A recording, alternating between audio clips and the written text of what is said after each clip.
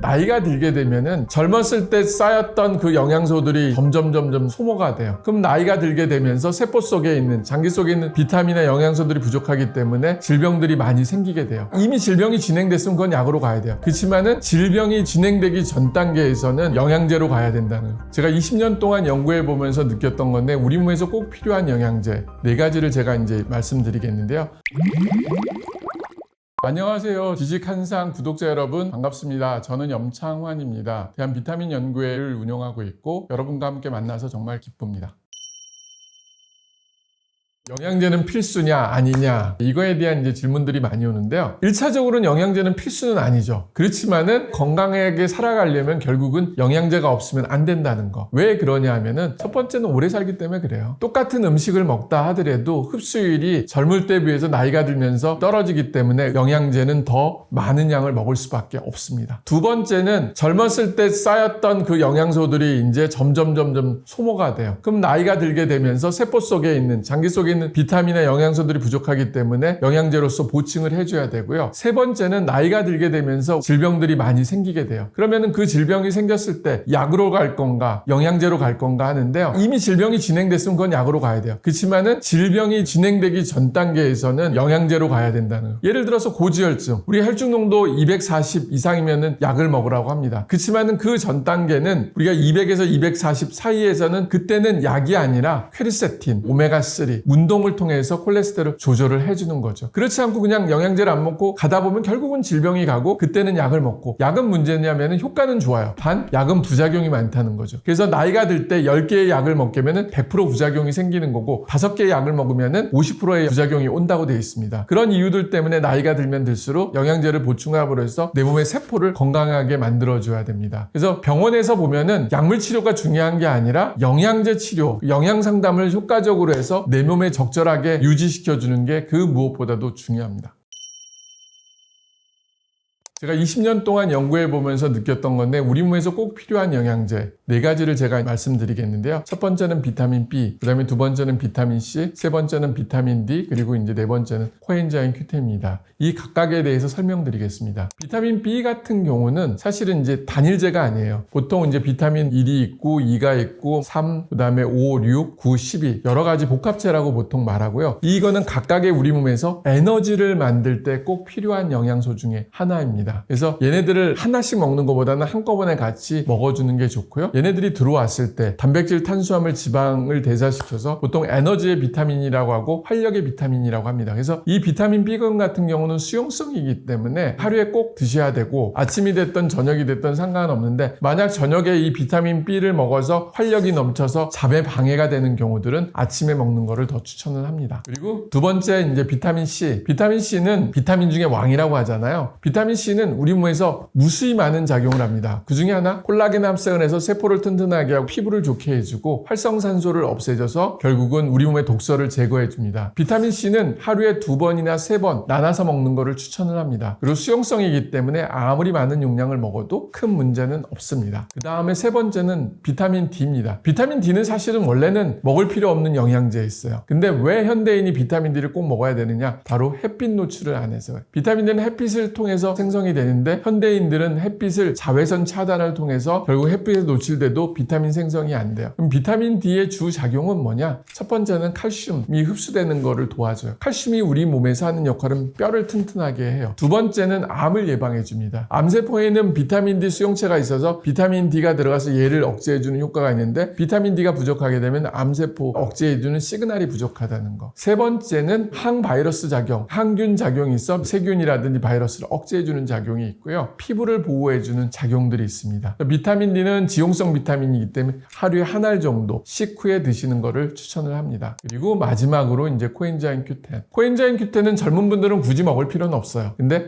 40대가 넘어가면은 심장에 있는 코엔자임 Q10 농도가 보통 50% 미만으로 떨어진다고 그래요. 그건 뭐냐? 혈액순환이나 혈액이 돌아가지 못해갖고 각자의 기능들을 못하게 하고요. 우리가 미토콘드리아에서 에너지를 만들 때 하나의 ATP가 36 ATP ATP로 갈 때는 코엔자임 Q10이 필요하다는 거. 강력한 항산화 작용을 하고 있기 때문에 우리 몸을 보호해 준다고 되어 있습니다. 코엔자임 Q10도 지용성이기 때문에 하루에 한 번을 먹어도 되고요. 2번 먹어도 상관은 없습니다. 그래서 필요 용량은 보통 하루에 50mg인데 실제 하루에 50mg을 먹으려면은 정어리 6마리 아니면은 소의 심장 100g을 매일같이 먹어야 된다는 그런 문제점들이 있습니다. 음식을 통해서 섭취하기가 어렵기 때문에 어쩔 수 없이 영양제 상태로 먹는 겁니다. 각각의 영양제들은 중요한 효과가 있고 우리가 노화를 방지하고 질병을 예방하는 데 도움이 되기 때문에 이 4가지 정도는 드시면 좋을 거라는 생각을 합니다.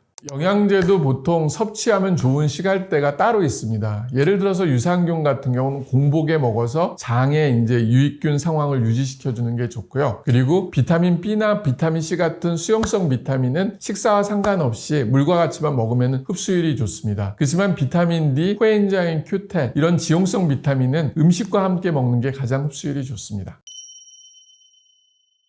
네, 같이 드시면은 안 되는 영양제 몇 가지가 있는데요. 첫 번째는 우리가 비만약 중에 제니칼이라는 약이 있습니다. 얘는 지방의 흡수를 막아줘요. 그럼 지용성 비타민이 같이 먹게 되면은 당연히 이게 흡수가 안 되기 때문에 결핍이 오는 거죠. 약을 먹을 때 이거는 충분한 시간 간격을 두고 먹는 게 기본적인 거고요. 두 번째 우리가 이제 보통 얘기하는 것 중에 하나가 아스피린 같이 피를 묽게 하는 약을 먹을 때 오메가3를 먹게 되면 둘 다 또 피를 묽게 해서 오히려 출혈 경향을 늘릴 수 있다는 거죠. 그런 경우들은 사실은 궁합이 잘 안 맞는 약이라고 얘기하고 있습니다. 그리고 또 영양제와 영양제하고 또 안 맞는 게 있는데 가장 대표적인 게 철분제예요. 철분제는 비타민C를 제외한 다른 영양제의 흡수를 방해해버려요. 그래서 다른 영양제랑 먹을 때는 한 2시간 정도 간격을 띄고 드시라고 합니다. 그래서 일반적으로 종합 비타민 속에 철분제에 있는 영양제를 추천하지 않는 이유가 바로 그런 이유들 때문에 그렇습니다. 영양제와 영양제가 좋은 조합이 뭐냐면은 칼슘하고 비타민 D입니다. 왜 그러냐면은 칼슘이 우리 몸에 흡수가 되려면은 비타민 D가 충분할 때 들어와서 결국은 이제 뼈로 이제 전달이 되고요. 그리고 이제 비타민 K2 이런 것들도 칼슘제의 뼈로 전달하는데 도움이 된다고 되어 있습니다. 그리고 약으로 인해서 결핍을 유발시키는 것들이 있습니다. 경구 피임약을 먹으면은 비타민 6, 9, 12가 이제 결핍이 와요. 그럴 때는 이제 호모시스틴 수치 올리기 때문에 비타민 B군을 이제 같이 먹는 거를 추천을 하고요. 그리고 이제 빈혈이 있는 경우 우리가 철분제를 먹잖아요. 철분제를 먹을 때는 비타민 C를 같이 먹으면은 철분제의 흡수율을 좋게 해준다고 되어 있습니다. 그리고 고지혈증 환자분들은 이제 스타틴 약을 먹습니다. 스타틴 약을 먹으면은 우리 몸에서 코엔자임 Q10 농도가 떨어져요. 코엔자임 Q10을 같이 병행해서 먹는 게 좋습니다. 그래서 어떤 약을 먹을 때 혹시라도 그 약으로 인해서 내 몸의 영양소들이 부족으로 인해서 2차적인 질병이 발생할 수 있다면은 그 부족한 영양제를 보충해 줘야 됩니다. 영양제 섭취 시 꼭 지켜야 될 상황이 있는데요. 첫 번째는 영양제를 먹어야 되는 이유입니다. 내가 음식을 통해서 충분히 섭취가 된다고 하면 굳이 영양제를 먹을 필요는 없죠. 단 음식을 통해서 부족한 영양소가 있다면 반드시 영양제를 통해서라도 보충을 해줘야 된다는 거. 그리고 두 번째는 나이가 들게 되면서 질병에 노출되고 어쩔 수 없이 약을 먹어야 돼요. 약을 먹을 때는 영양제하고 보통 2시간 정도 시간 간격을 두고 드시는 게 좋습니다. 그렇지 않게 되면은 서로 간에 간섭작용이 일어날 수가 있어요. 그리고 영양제가 혹시라도 수면에 방해가 된다고 하면은 저녁에 먹지 말고 낮에 먹어야 되는 거고, 그리고 영양제를 복용하고 나서 오히려 몸이 더 안 좋아진다고 하면은 그것은 안 먹는 게 좋습니다. 가장 중요한 건 생활 습관이에요. 수면, 운동, 영양을 기본적으로 하고 부족할 때 영양제를 보충해서 상승 효과를 내야지 영양제가 우선이 되고 수면, 운동, 영양을 게으리 한다면 이건 좋은 생활 습관이 아닙니다. 수면, 운동, 영양을 꼭 지켜주고 그 다음에 부족한 영양제를 보충했을 때 우리 몸은 건강해지고 질병으로부터 예방해 줄 수 있는 겁니다. 당뇨합병증은 주로 오는 이유가 뭐냐면 혈관이에요. 심장 쪽에 혈관이 막히면은 심근경색으로 갑자기 급사할 수 있는 이유가 생기고요. 또 뇌 쪽으로 가면은 마비가 오는 증세들. 이 합병증을 조기부터 조절을 못하게 되면 나중에 그걸로 인해서 사망뿐만 아니라 삶의 질 자체가 안 좋아지는 거죠. 혈관 건강에 취약한 고혈압 당뇨 환자들이 비타민C 꼭 드셔야 합니다. 당뇨 환자분들은 다른 사람들보다도 더 많은 양의 비타민C를 먹어야 됩니다. 당뇨 환자분들한테 권하는 비타민C 섭취법은 바로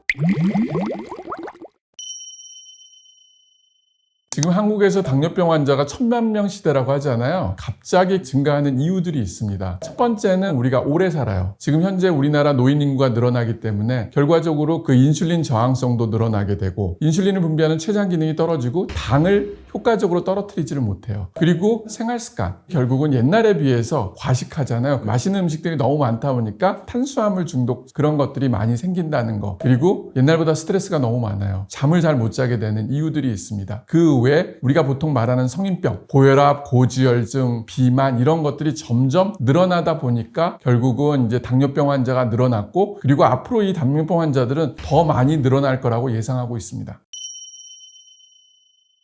당뇨보다 더 무서운 합병증은 뭐냐? 말 그대로 당뇨로 인해서 혈당이 높아져서 혈관에 손상이 오고 그 혈관의 손상으로 인해 생기는 2차적인 병들이에요. 우리가 보통 큰 혈관과 작은 혈관들이 있습니다. 작은 혈관들이 주로 이제 나오는 게 신장. 신장에 있는 모세혈관이 막히게 되면은 심부전이 와요. 그럼 나중에 투석을 해야 된다는 거죠. 또 하나, 눈에 가는 모세혈관이 막히게 되면은 당뇨병성 망막증이 생긴다고 하잖아요. 그로 인해서 뭐 눈 수술을 한다든지 실명을 한다든지 이런 원인이 되고요. 그리고 또 하나는 발로 가는 모세혈관이 막히게 되면은 발에 괴사가 오면서 결국은 이제 다리가 점점 썩어 들어갈 수 있다는 거죠. 두 번째는 큰 혈관들이에요. 심장 쪽에 혈관이 막히면은 심근경색으로 갑자기 급사할 수 있는 이유가 생기고요. 또 뇌 쪽으로 가면은 마비가 오는 증세들 이런 것들이 생길 수가 있습니다. 그 외에도 당뇨병의 힘으로 인해서 암도 발생할 수 있다는 거죠. 어떻게 보면 당뇨가 무서운 게 아니라 나중에 발생할 수 있는 합병증이 무섭기 때문에 조기부터 조절을 못하게 되면 나중에 그걸로 인해서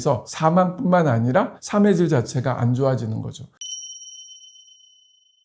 혈관 건강이 취약한 고혈압 당뇨 환자들이 꼭 챙겨 먹어야 될 게 있는데 그건 바로 비타민 C입니다. 우리가 보통 비타민, 미네랄, 영양제 하면 무수히 많잖아요. 그 중에서 가장 중요한 걸 비타민C로 제가 지적한 거는 뭐냐? 원래 모든 동물들은 비타민C를 합성해요. 근데 인간만 그리고 면역력이 떨어진 몇몇 동물들만 비타민C를 합성을 못해요. 왜 그러냐 하면은 4천만 년 전에 레트로바이러스에 의해서 비타민C가 당에서 만들어지는 과정 중에 글루코락톤 옥시다제라는 효소가 있어요. 이게 이제 만들어지지가 못하면서 비타민C가 합성이 안 됩니다. 그럼 비타민C가 만들어지지 못하면 뭐냐? 우리 머리부터 발끝 까지 모든 세포라든지 장기에 손상이 와요. 예를 들어서 뭐 콜라겐, 혈관을 만들어준다든지 아니면 인슐린 분비라든지 세포가 제대로 활동하는데 결국은 비타민C가 중요하다는 거죠. 그래서 다른 영양제들은 안 먹어도 사람이 안 죽지만은 유일하게 비타민C가 부족하면 사람은 죽습니다. 그래서 어떻게 보면은 인간의 다양한 질병들이 결국은 이 비타민C가 관여를 하고 그리고 혈관 질환이 특히 취약한 이유 중에 하나가 비타민C 결핍입니다.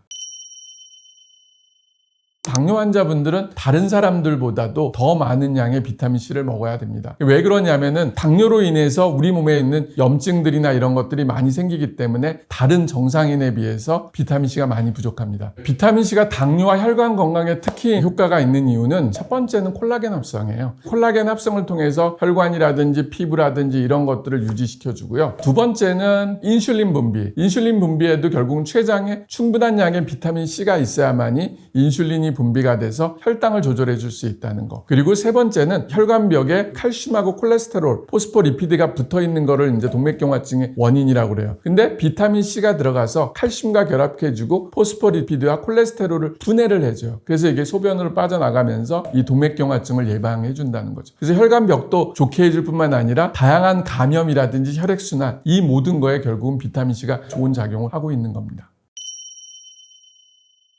당뇨 환자분들한테 권하는 비타민C 섭취법은 규칙적으로 비타민C를 하루에 최소 2번이나 3번 정도는 복용해 주는 거를 추천합니다. 그리고 그와 함께 물을 충분하게 마셔주는 거. 그래서 기본적으로 보통 추천하는 게 6g에서 9g이고요. 한 번 먹을 때 2g 아니면 3g 이렇게 먹는데 알약보다는 분말을 더 추천을 합니다. 그 이유는 흡수율이 더 좋기 때문에 그렇습니다. 비타민C의 주의사항은 특별한 건 없습니다. 단 심부전이 있는 환자들은 비타민C를 못 써요. 그 이유는 비타민C가 소변으로 이제 배출되기 때문에 신장 기능이 안 좋은 분들은 비타민C를 사용하는 것을 제재하고 반드시 신장내과 선생님과 상의하고 드시는 게 좋습니다. 당뇨 환자분들이 비타민C를 먹었더니 오히려 혈당이 올라가더라. 그 이유는 왜 그러냐면은 비타민C하고 당하고는 구조식이 비슷하기 때문에 그래요. 실제 당을 올리는 게 아니라 가짜기 때문에 꼭 드셔야 합니다.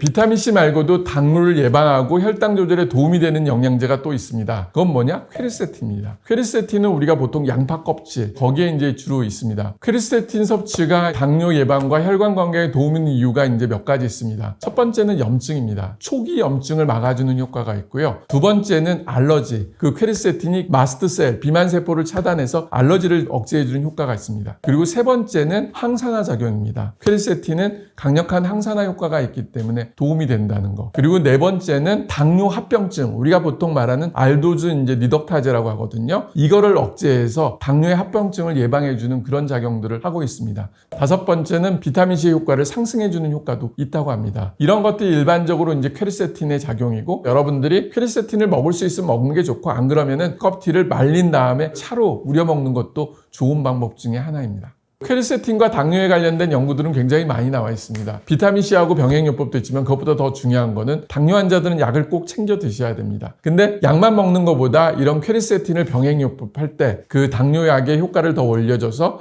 혈당도 떨어질 뿐만 아니라 합병증을 예방해 준다는 연구들이 있습니다.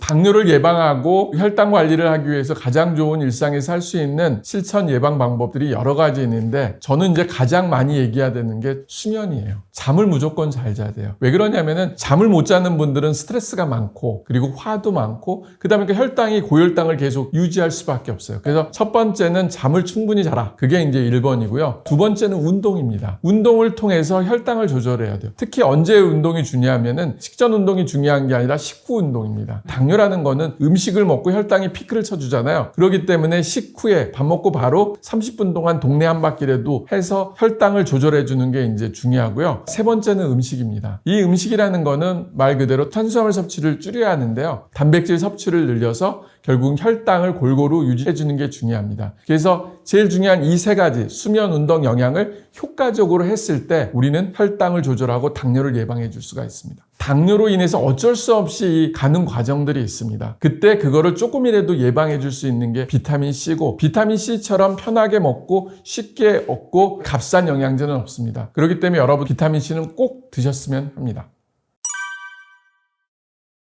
암을 예방하고 싶은 사람들에게 제가 추천하고 싶은 게 항산화, 항염작용이 있는 음식들 충분히 먹고 비만을 유발시키는 음식들을 적게 먹는 이런 음식 습관을 갖추면 암을 예방해 주는데 최적의 상태를 유지시킬 수가 있습니다. 평상시에 적극적으로 섭취하면 암을 예방하고 치료하는 데 도움이 되는 게 있는데, 그건 바로 제가 그동안 이제 2만 명이 넘는 암 환자분들을 치료하고 진료해 봤지만은 그분들의 공통점하고 특징을 물어본다면은 첫 번째는 유전자예요. 안젤리나 졸리 기억나실 겁니다. 브라카 유전자를 갖고 있기 때문에 유방도 절제하고 난소도 절제한 것처럼 유전자를 갖고 있는 분들이 암에 걸릴 가능성이 높고요. 두 번째는 스트레스가 많은 사람들. 스트레스가 많다는 거는 결국은 활성산소가 많아지고, 그 활성산소가 우리 몸에 염증을 유발시키고 암을 발생시킨다는 거죠. 그리고 세 번째는 잠을 못 자는 사람들. 잠을 못 자게 되면 결국은 우리 몸의 면역력은 떨어질 뿐만 아니라 활성산소도 많이 생기기 때문에 안 좋아진다고 되어 있습니다. 네 번째는 생활 습관이 안 좋은 사람들. 말 그대로 운동을 잘 안 하고, 그리고 안 좋은 음식들, 지방이라든지 이 비만해지고 탄수화물 섭취 증가로 인해서 우리 몸에 독소들이 쌓이는 분들. 마지막으로 는 이제 술, 담배를 많이 하는 분, 직업적인 문제라든지 중금속 노출이 많은 분들이 결국은 이제 암이 발생이 특히 높을 분들입니다.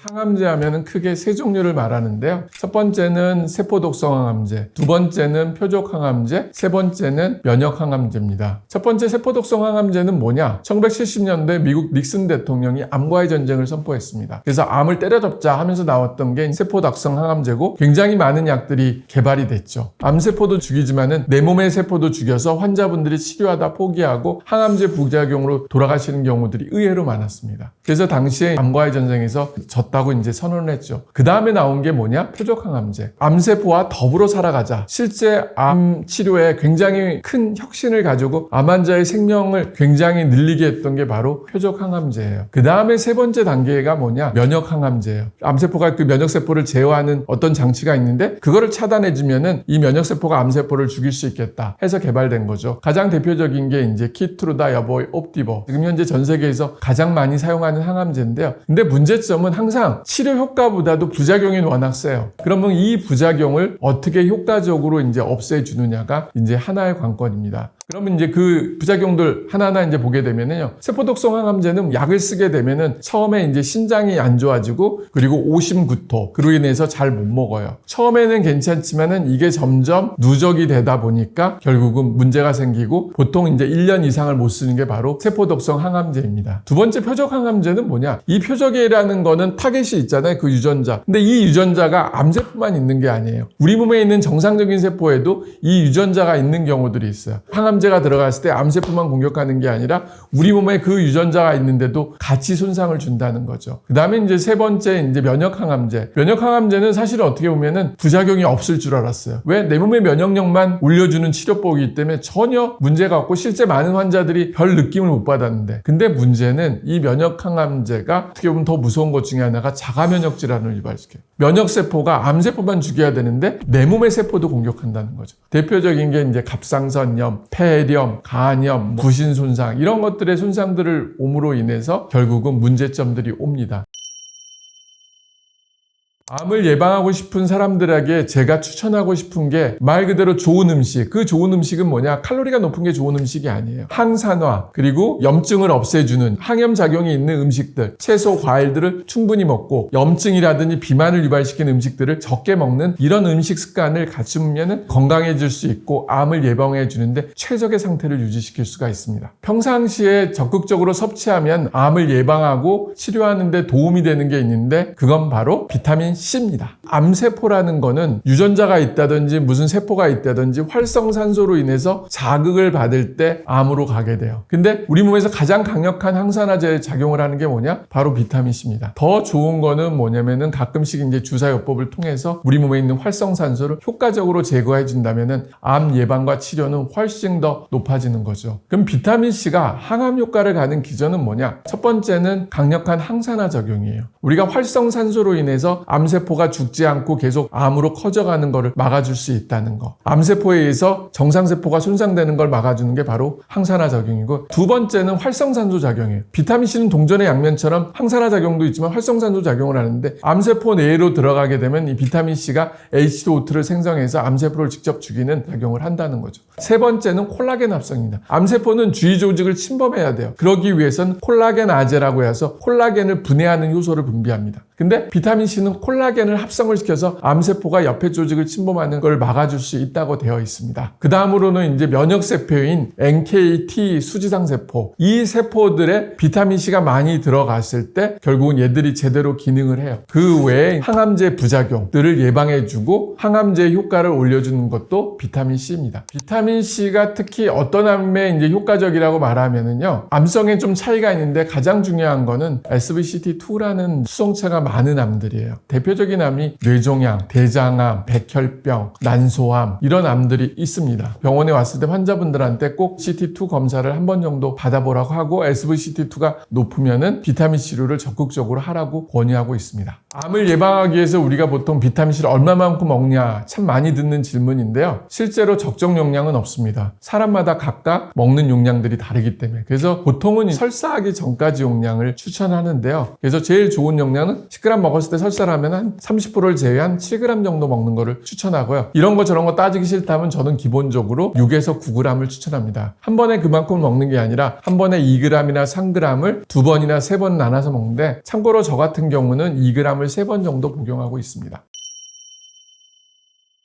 특히 암 환자들이 이제 보통 하는 이제 비타민 치료법이 있는데요. 우리가 보통 수술, 항암, 방사선을 제외하고 바로 주사요법입니다. 미국에 있는 마크 레비긴 교수가 이제 추천한 혈중 농도 400mg/dL 이상의 비타민 C 용량을 쓰라고 되어 있는데요. 최근에는 이제 SVCT2 수송체 검사를 하고 수송체가 있는 분들이 비타민 C 치료를 합니다. 우리가 비타민 C 주사를 맞으면 6시간이면 소변으로 빠져나가요. 근데 암세포를 죽이는 가장 강력한 세포가 뭐냐? NKT 수지당 세포예요. 얘네들이 제대로 기능을 하려면 비타민C가 이 안으로 들어가서 암세포를 공격하게 해야 되는데 그러려면 SVCT2 수송체가 있어야 된다는 거죠. 비타민C가 만병통치약은 아닙니다. 그렇지만 효과가 있는 분들은 반드시 효과가 있기 때문에 비타민C 주사를 맞는 거를 추천합니다.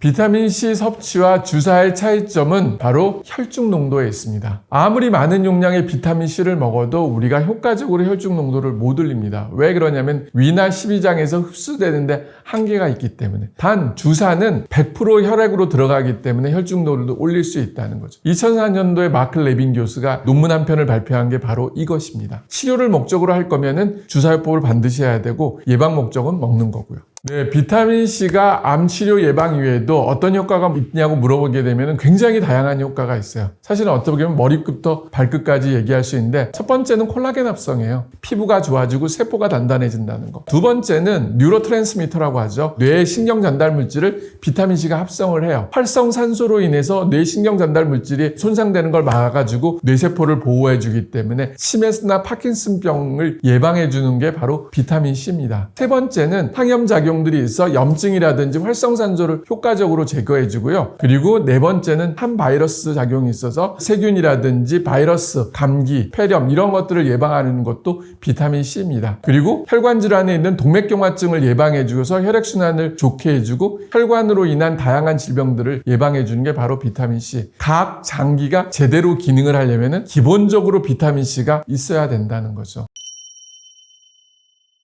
마지막으로 암 환자분들한테 해주고 싶은 말은요. 버티란 얘기를 해주고 싶습니다. 암에 걸렸을 때 많은 분들이 당황을 해요. 왜 내가 암에 걸렸을까? 사실은 그렇게 보다 보면은 스스로가 포기하는 경우들이 의외로 많습니다. 절대 포기하지 마세요. 사기 환자는 항암 치료하다 연명 치료하다가 돌아가신다고 생각하지만 실제 최근에는 좋은 약들이 많이 나오기 때문에 완치되는 경우들이 의외로 많습니다. 자포자기하는 경우 그런 경우는 초기가 됐든 말기가 됐든 좋은 결과들이 나오질 않아요. 그래서 버티란 얘기를 하고 버티다 보면은 좋은 결과는 반드시 나옵니다.